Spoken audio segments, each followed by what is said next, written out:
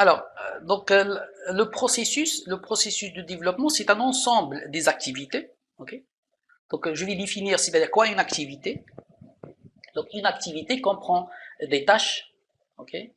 Non, c'est une tâche. Activité, c'est une tâche et des contraintes. Donc, la tâche et les contraintes en relation avec la tâche. Donc, j'ai dit que l'activité comprend des tâches, les contraintes, les ressources affectées pour la réalisation de la tâche, une façon d'être à réaliser ou la méthode de réalisation de la tâche.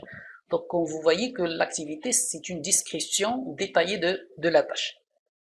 Donc, bien sûr, nous pouvons partager ou diviser notre projet sous un ensemble des tâches. Chaque tâche s'appelle activité. Ça, c'est une définition. Si nous avons besoin de l'activité.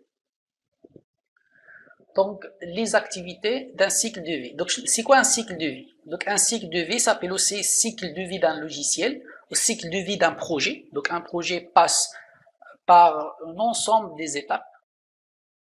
Donc, le cycle de vie du logiciel comprend généralement les activités suivantes. Voilà les activités d'un projet informatique ou d'un projet logiciel. Tout d'abord, nous commençons par une analyse des besoins et faisabilité. Une analyse des besoins et faisabilité. Donc, on va faire la description de chaque tâche avant de passer à la suivante. Donc, analyse des besoins et faisabilité. Donc, j'ai ici analyse, le mot analyse et besoin. Donc, avant de commencer un projet, nous avons un client qui a demandé le projet. Donc, le client, il exprime ses besoins à une société de développement ou de création d'un projet. Donc, tout d'abord, l'entreprise doit analyser les besoins. C'est-à-dire quoi analyser les besoins? Qui peut me répondre? Connaître les besoins ou des vraies contraintes de l'utilisateur ou de client. Comment il est utilisé le programme ou quels sont les vrais besoins informatiques il faut utiliser dans ce programme. Donc, analyser les besoins, c'est-à-dire lire derrière les mots. Lire derrière les mots. Pourquoi? Parce que le client n'est pas un spécialiste. Le client n'est pas un spécialiste de domaine. C'est-à-dire, parfois, il peut qu'il exprime un besoin, mais avec des vocabulaires ou avec des phrases qui ne sont pas adéquates. Donc tous les besoins de l'utilisateur doivent être analysés, on doit réécrire les besoins et bien lire les besoins et bien lire derrière les mots et pourquoi pas préciser les besoins réels de clients. Maintenant, l'analyse, c'est d'analyser les besoins, c'est-à-dire de détailler les différentes fonctions, c'est-à-dire qu'on parle ici d'analyse fonctionnelle, qui sont les fonctions que nous devons développer, nous devons créer dans l'application pour répondre aux besoins de l'utilisateur. Ça aussi s'appelle analyse, ok? Donc la conception, comment la société va coder l'application et quelle est la façon de codage. Ça s'appelle conception. Aussi, il y a plusieurs étapes. Parmi ces étapes, définition des objectifs, ok, conception détaillée. Ensuite, après l'analyse et la conception, l'entreprise va passer à la partie codage. Dans la partie codage, on va coder ce que nous avons décidé dans la phase analyse et conception. Après le codage, on ne fournit pas le logiciel après le codage, mais on passe à l'étape de test unitaire. Donc, le test unitaire, c'est un test qui permet de tester chaque fonctionnalité de l'application.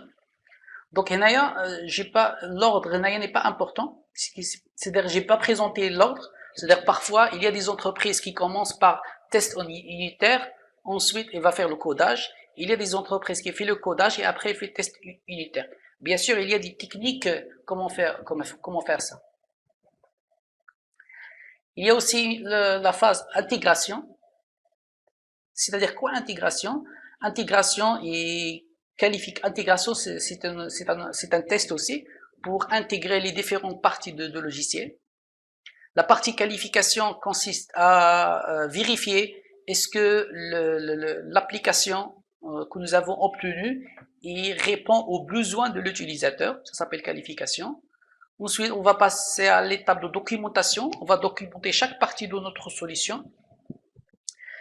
Finalement, après la livraison et après la phase de qualification et livraison à l'utilisateur, on va passer à l'étape de maintenance.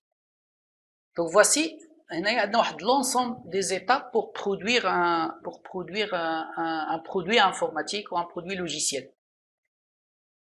Donc si on parle d'un projet de fin de formation, c'est-à-dire on va pas passer, on va sauter plusieurs étapes.